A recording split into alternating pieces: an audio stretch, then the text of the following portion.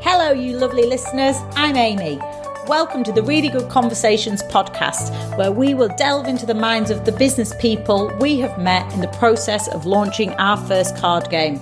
We will be uncovering their secrets to success, their biggest mistakes, and sharing the key lessons they have picked up en route. So, if you're looking for an engaging chinwag mixed with business insights and a good pinch of fun, you're in the right place. Let's have a really good conversation. Welcome to the Really Good Conversations podcast. Today we have the fabulous Lucy Hitchcock from Partner in Wine. And I'm so delighted that she's come to join us and give us an insight into her world of wine, product development, and really how to sort of stay sane with running a business as a founder. So welcome, Lucy. Thanks for having me. Love being on someone else's podcast. It's nice to be interviewed for a change. So tell us, Lucy, first off, what is your favourite wine? Do you have a favourite wine even? Oh my goodness. Well, my OG Partner in Wine fans will know exactly what this is, but my all-time favourite wine is Mirabeau Pure, which is a French rosé. It's their kind of flagship rosé, and it comes in this gorgeous rippled bottle designed by Jeannie, who's the co-founder. And it's really, really good. So if you've not tried that, I would definitely recommend. Oh, I'll check that out. And when did you sort of get into enjoying drinking wine? So, oh my gosh, I have so many like hilarious stories about wine from not my childhood, but like my kind of teens. So I actually really was not a huge fan of wine at all. But like, you know, when you're younger and you do that thing where you go, oh, I want to drink wine. And your parents are like, no, this is for adults. This is an adult drink. But I used to dip my little finger in. And I remember hating the taste of red wine, which is so bizarre to me because now I absolutely love red wine. And just having like cozying up with a glass of red is just delicious. So it was when I was in like my final year of uni, we would buy bottles of Blossom Hill because it was like fairly cheap way those days. You know, getting a little bit tipsy before you go to the club.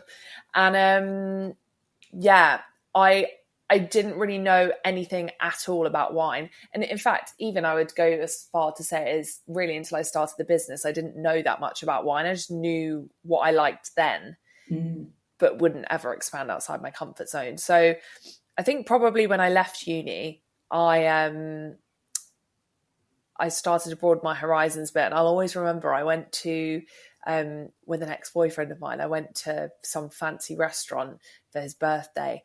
And I asked for a glass of the house rosé.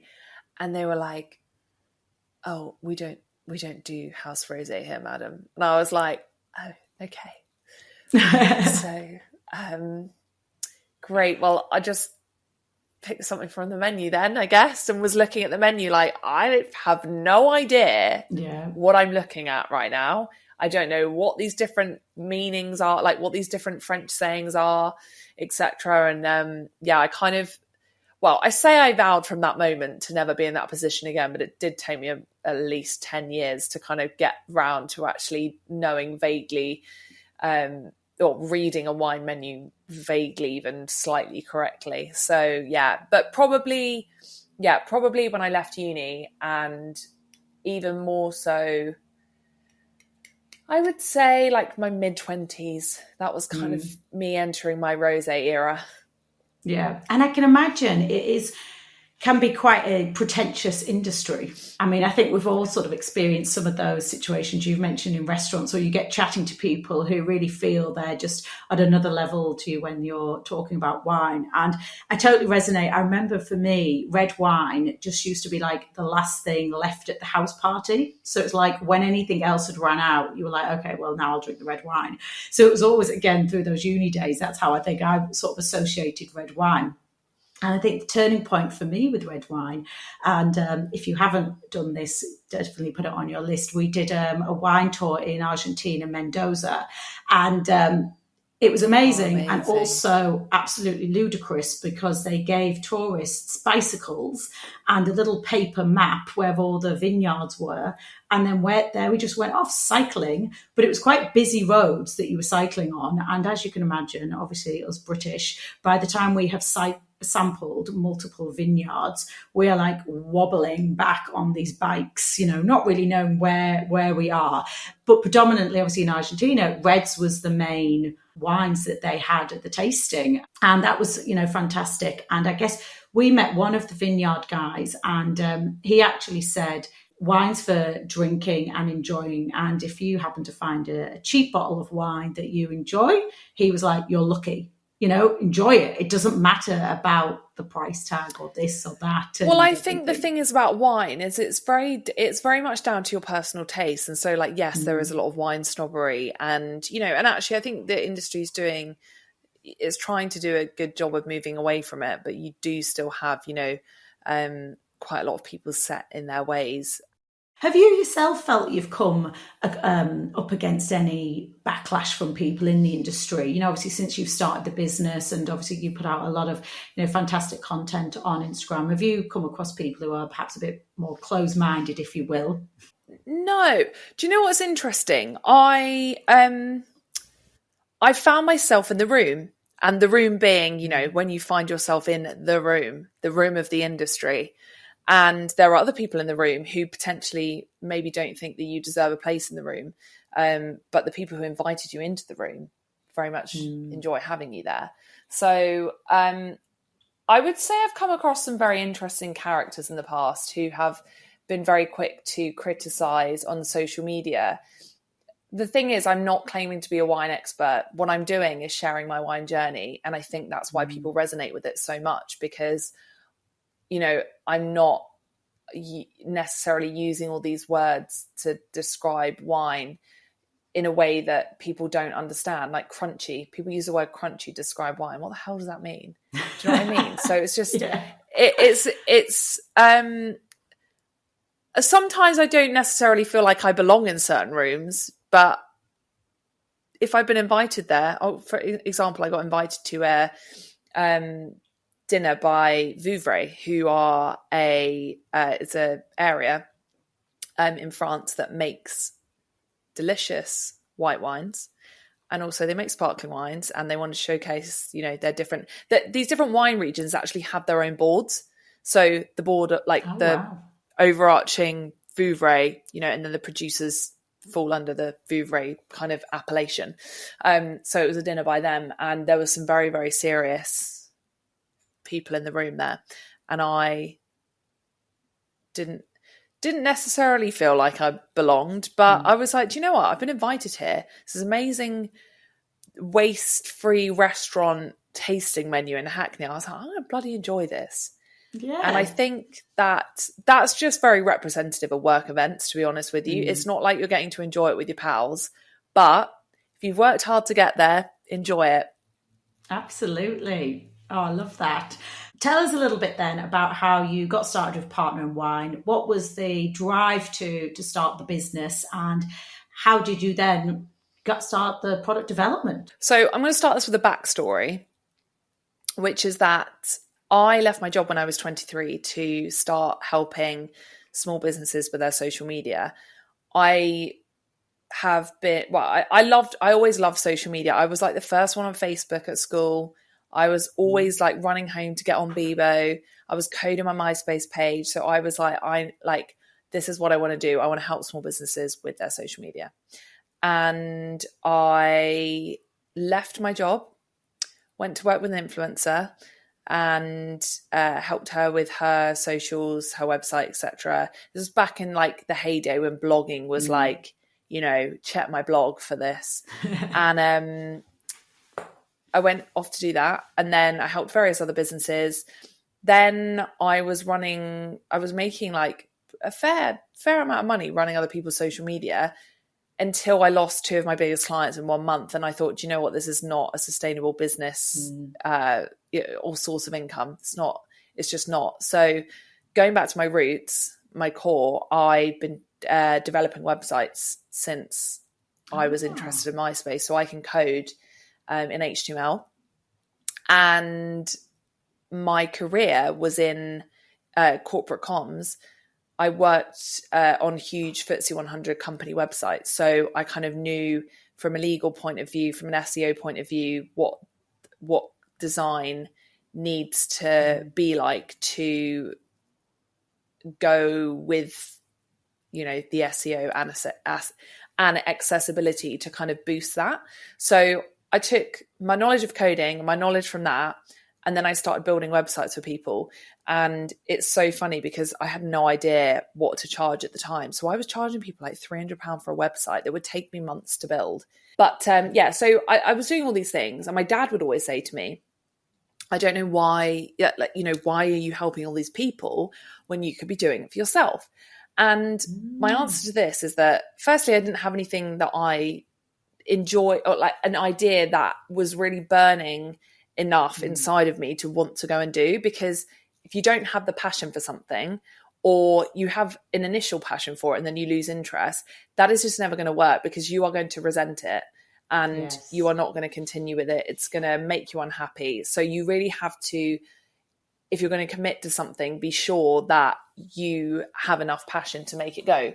And the answer to whether or not you have enough passion, is it an idea that you just keep going with, and suddenly it's there and it's launched? Because that's what I did with Partner in Wine. It's not that I couldn't stop thinking about it. It was that I just couldn't stop doing it. And then suddenly it was this massive thing. So my dad would always say to me, why do you do it for other people? And the second answer I had to him was that I just really enjoy helping people. And I just think I have so much knowledge to share in the small business area and within the small business community, that I'm very nosy. Like, I can't possibly not butt my nose out of that, because like I want to share what I learn with other people. So when I started Partner in Wine, I was like, this is great, because I can build the business and it can be my best case study, and I can share all the knowledge that I am getting from Partner in Wine and share it with other people, which is obviously what I've ended up doing, is sort of become my best case study. So I couldn't keep my wine cold during a socially distanced drink in the park with my friend Maddie. And on the way home, after a few too many warm glasses of wine, I thought, why is no one making, like a insulated bottle that looks like a bottle of wine, holds a bottle of wine, keeps the cold for up to 24 hours, warm for up to 12, and has matching tumblers. And then also, where is this wine education piece coming into it? Like, I love wine. I want to know more about wine. Is there something, there's definitely something in that. And the market size for, you have to ask these questions. Who would like my product? How many people drink wine? And how many people struggle to keep their wine cold? And I was like, well, as an avid wine drinker, I struggle a lot to keep my wine cold. So the market size must be there. How many people drink wine? That obviously comes back to where the business is going now, which is, a lot more wine focused. So, there is a huge amount of people out there that need me to innovate them something to do with their wine. So yeah, that's kind of how it came about. That was not in a nutshell, but it was still very interesting.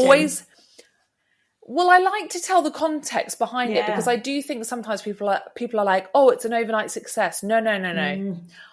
I worked for years and years and years, even in my teenage years when it wasn't technically a job, but like the experience that I've built up, it's easily 15, 14 years worth of experience to build a website, code a website, do my social media, tell my story, write in a compelling way, know how to brand my product, know how to brand my website and my social media so that it's all succinct and very like neat and tidy, and be very, very pedantic and picky about the way that things look, because that to me was the only way that it was going to be a success. So there was a lot of experience that went into that, and it's definitely not an overnight success. So yeah.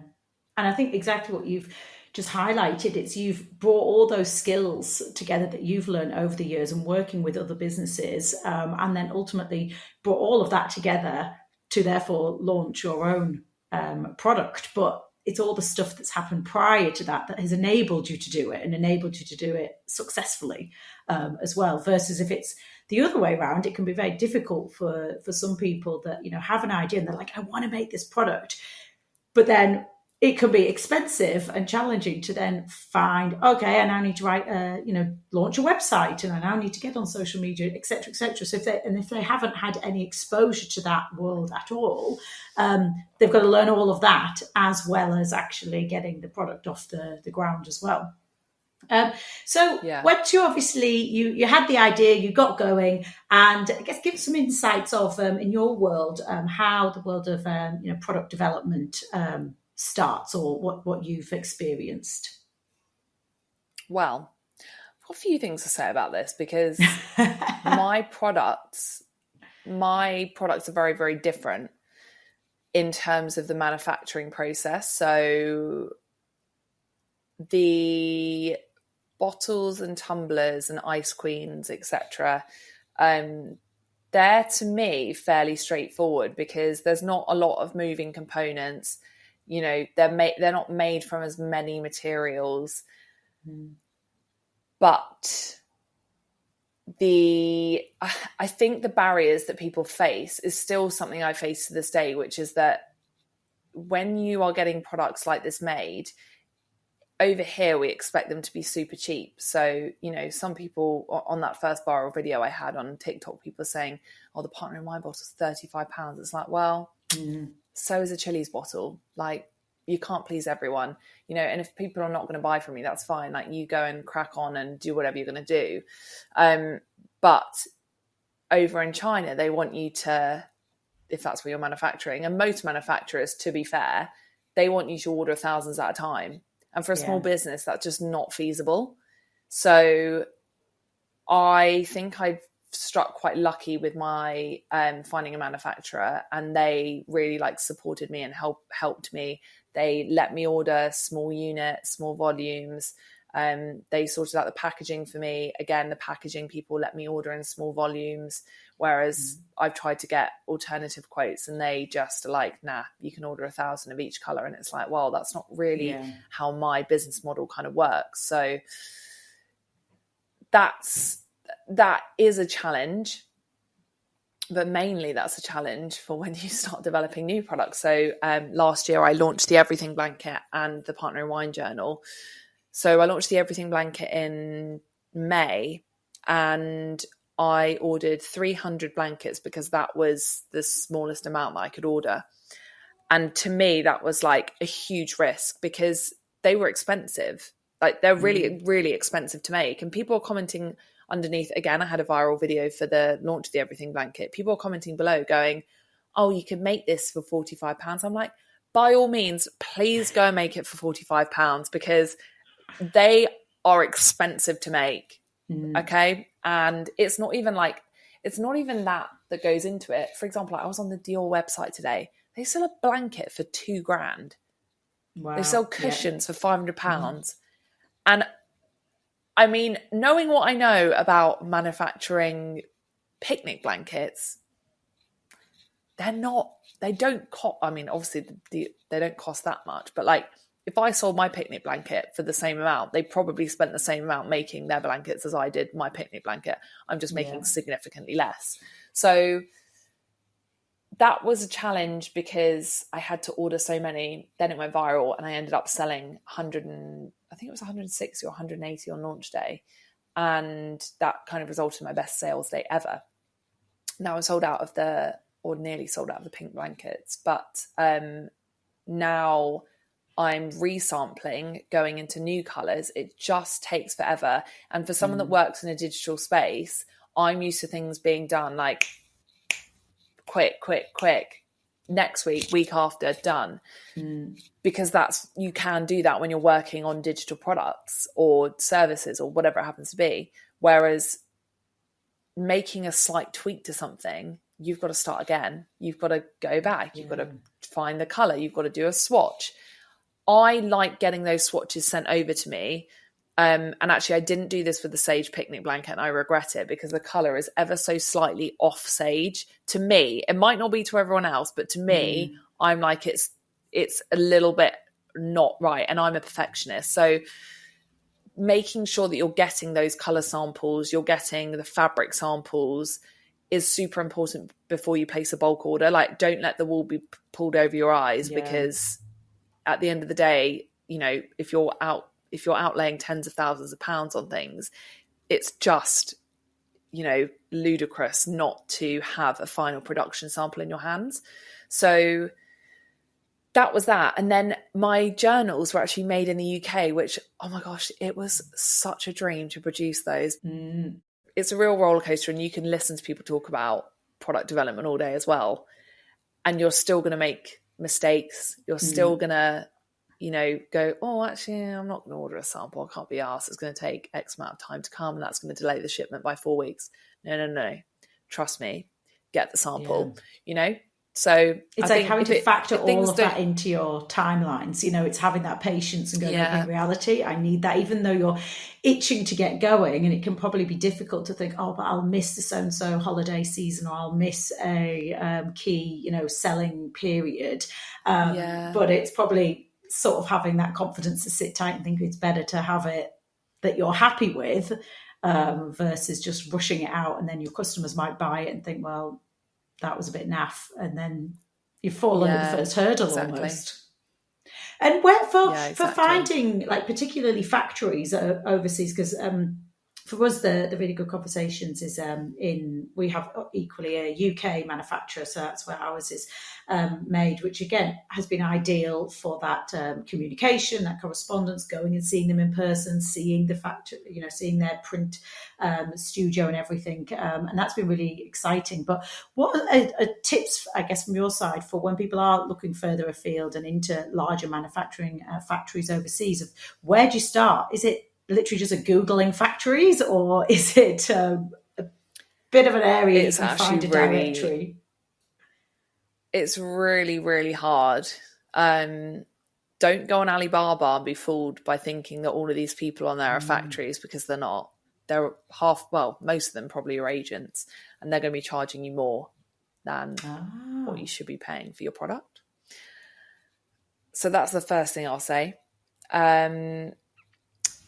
The second thing is, I mean, I'm quite lucky in the way that because I've been in business for so long, I've got quite a large network of people that I know, business owners, friends of mine who run businesses.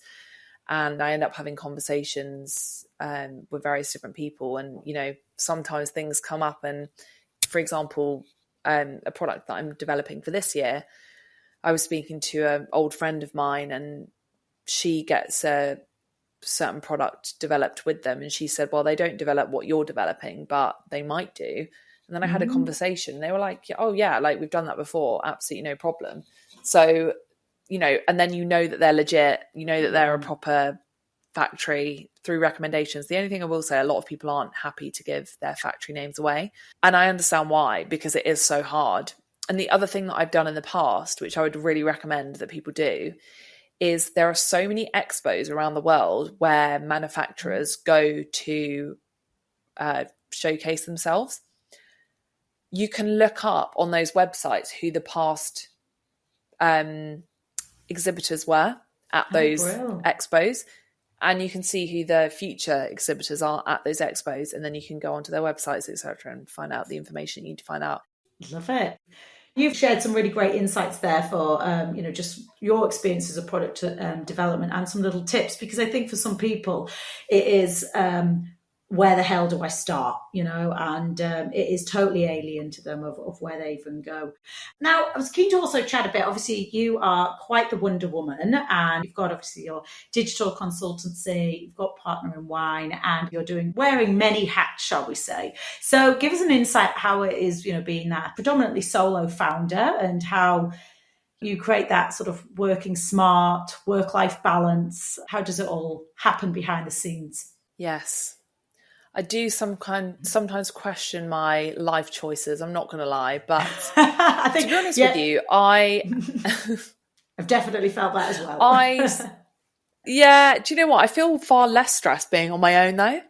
So when I had 3 full-time members of staff, as I said to you earlier before this recording, and, you know, I loved I loved the girls who worked with me to pieces, but and they, you know, they left for various different reasons, and they really enhanced my life. But I am such a firm believer that people are in your life for a reason, a season, or a lifetime, and they helped me through a certain period of my life.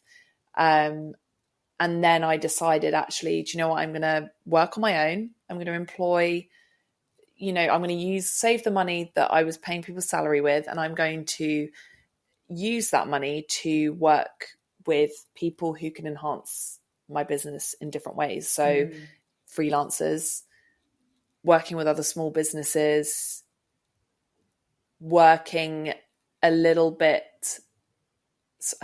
I just have this thing actually where I actually don't think I worked that hard when I had people working for me, because I was like, oh, I don't need to do that because they can do that, you know? And so actually it does make you a little bit lazy. Well, it made me a little bit lazy anyway. So now I actually kind of relish getting things done and being like, I've been productive today because I've done a really like menial task that probably, you know, back in the day I was doing as an intern. And I get satisfaction from that.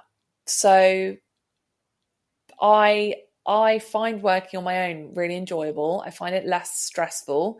Yes, okay, don't get me wrong. I have my moments where I'm like, why did I take so much on? But that's just me being me and not saying no. And something that I need to work on in 2024 is learning to set some more boundaries with that. So, and not put so much pressure on myself actually, because it is mainly induced by me trying to make more content than I need to for socials. So that's what takes up most of my time.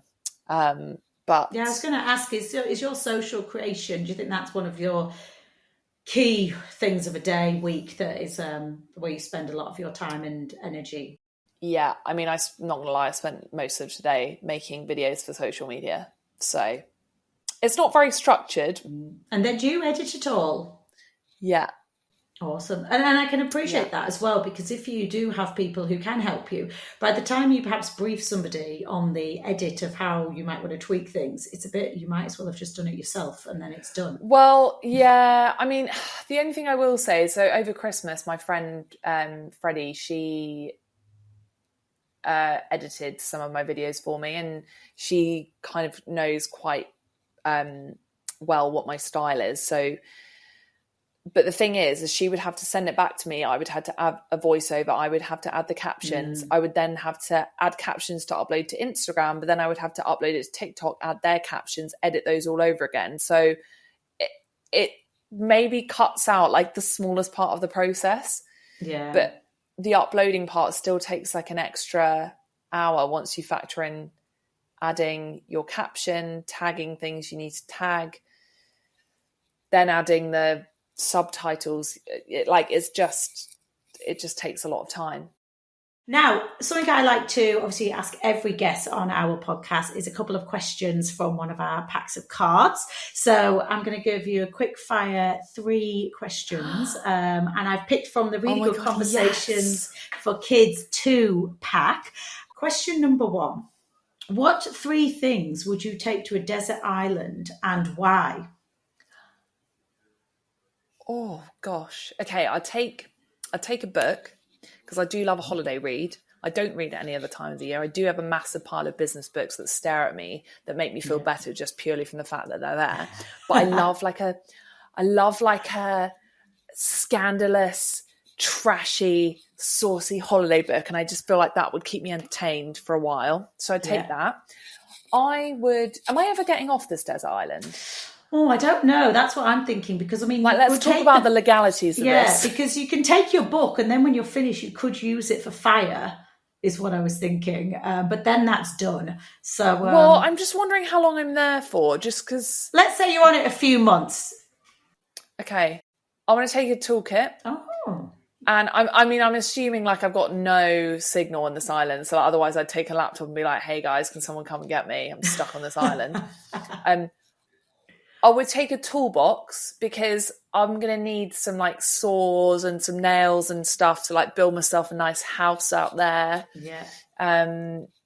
Rather than just lying on the beach, because what if it rains? If I'm on a desert island for a few months, like we might be in rainy season, you just don't know. Yeah. So I'm going to take that.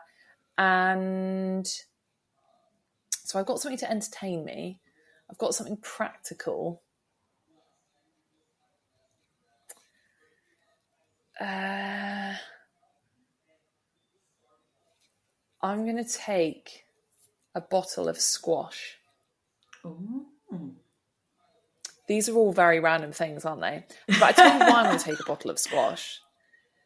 I've really answered this in a very practical way, not out of pure enjoyment. I'm going to take a bottle of squash because I think if I'm like catching fish from the sea, I'm like eating plants and stuff, I need something to like tantalize my taste buds a bit just to make me feel a little bit better. And I love grapefruit and fizzy squash.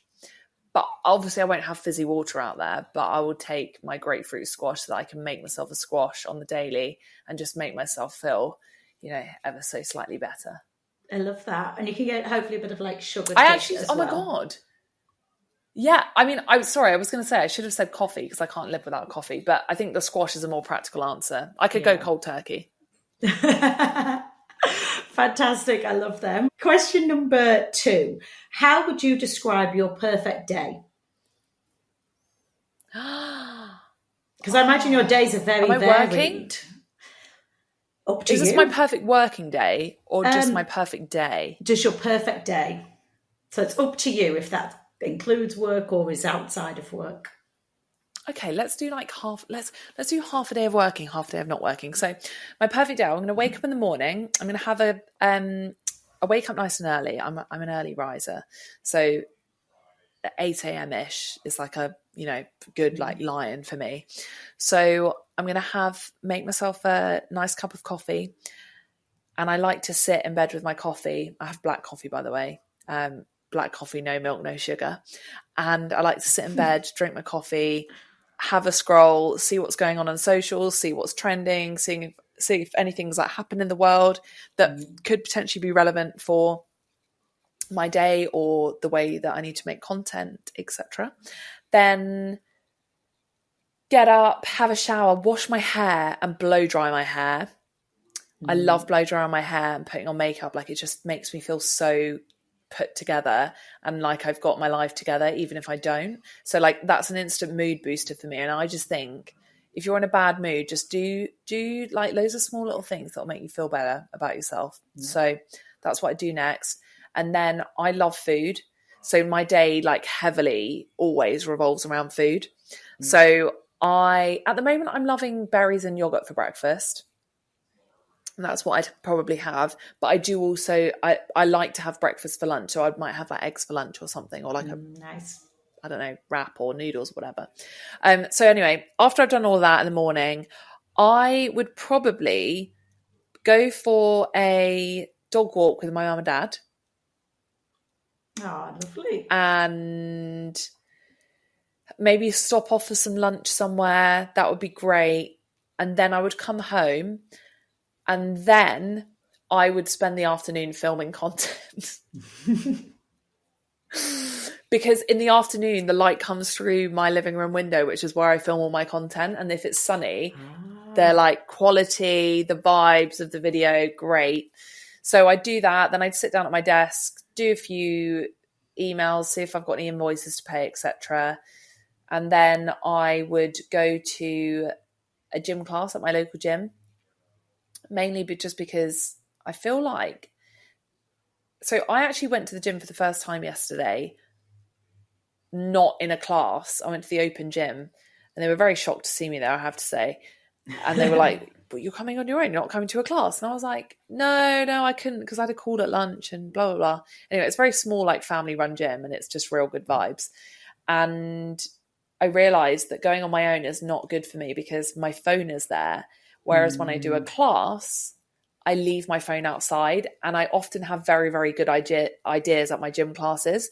And I just enjoy going there. I think it's really nice to have a phone-free moment and concentrate on something else. Yeah. Whereas when I'm at home, I can't concentrate very well on other things. So any opportunity I have to leave my phone in my pocket and concentrate wholeheartedly on something else, like the gym, that's just like my happy place. So yeah, I'd go there. Then I'd come home, make some noodles or some dumplings, pour myself a glass of wine, and sit on the sofa and probably watch Traitors. Nice. It sounds a very relaxing day. Yeah, so wholesome. I don't need a lot of things in life. That could be an achievable day for you. That could be your day tomorrow, perhaps. Yeah. What are we, Saturday? Yes. Maybe it's next week. I'm not going to work tomorrow, but... Oh, actually, no, that's a lie. I am going to work tomorrow, unfortunately. But yeah, maybe I could. That sounds wonderful. Brilliant. Oh, well, thank you for that. And final question number 3. What is the best thing about the place where you live? That there's a pub 5-minute walk in any direction that I walk from my house. Very handy. Yeah, and the river. Brilliant. Well, thank you for answering them. And I have that one finishing question. Is if you could ask any person, dead or alive, a question, who would it be and what would you ask them?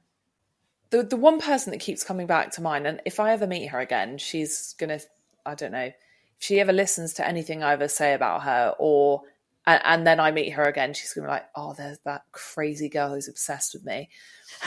I love Jo Malone. Oh.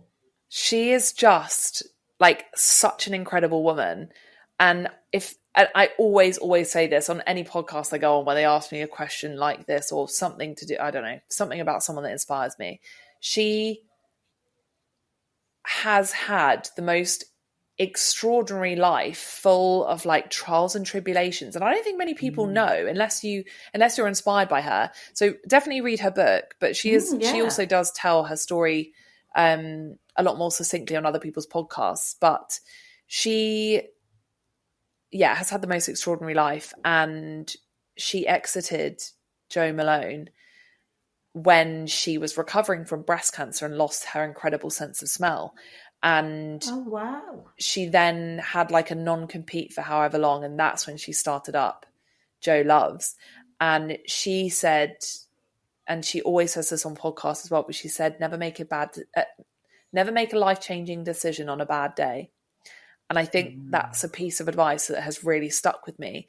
So what question would I ask Jo Malone? Well, I have actually met Jo Malone, and let me tell you, I don't get starstruck, and I saw her and I went up to her and I don't know what came out of my mouth. It was like, I have a business. She was like, oh, that's great. What do you do? And I was like, I help people with their social media, because that's what I did at the time.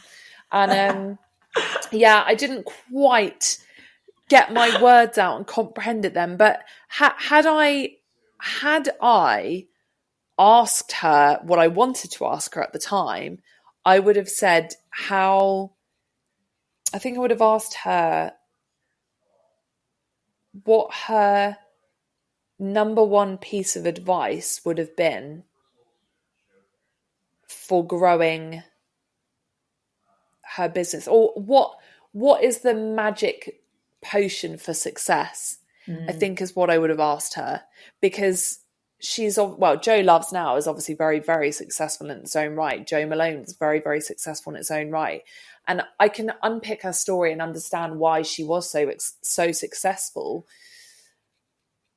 But I just think it would be really interesting to hear from her what factors she really, truly believes contributed to her success. Because I just think it's fascinating in terms of other people, very self-comparison, why has their business taken off quicker than their business, Is it because they were in the right place at the right time? Was it because they knew the right people to help promote their business? Was it because they had more money? Was it because they had more resources? I think there's so many different things that can make a business a success, and it's very, very easy to draw comparisons. So asking someone who is so clearly very successful and has this amazing like aura about them, I would be fascinated to hear from her why she thinks that was. Yeah, that would be very interesting. And that is a great question and a great person. So thank you for sharing that. Thank you so much for your time today. It's been brilliant to hear so much from your journey and your insights and just what you're saying about, Jo Malone. It is, really great to hear somebody's story, the journey they're on, and you're doing amazing things, and sounds like you've got a lot of exciting stuff coming this year and next year. How can our listeners, if anyone who is listening hasn't heard of you before or checked out your stuff, how can people find out more about you and your businesses? You can find out everything on social media at Partner in Wine UK, at Lucy Hitchcock _ and at Sassy Digital. Fantastic. We'll include all of those links in the show notes as well. And thank you so much. Thanks, Amy. Bye. Thanks for listening. I hope you enjoyed the episode. Be sure to check out the show notes for more information on today's guests. And if really good conversations are your thing, hit subscribe and join us next time for more business journeys, insights and banter.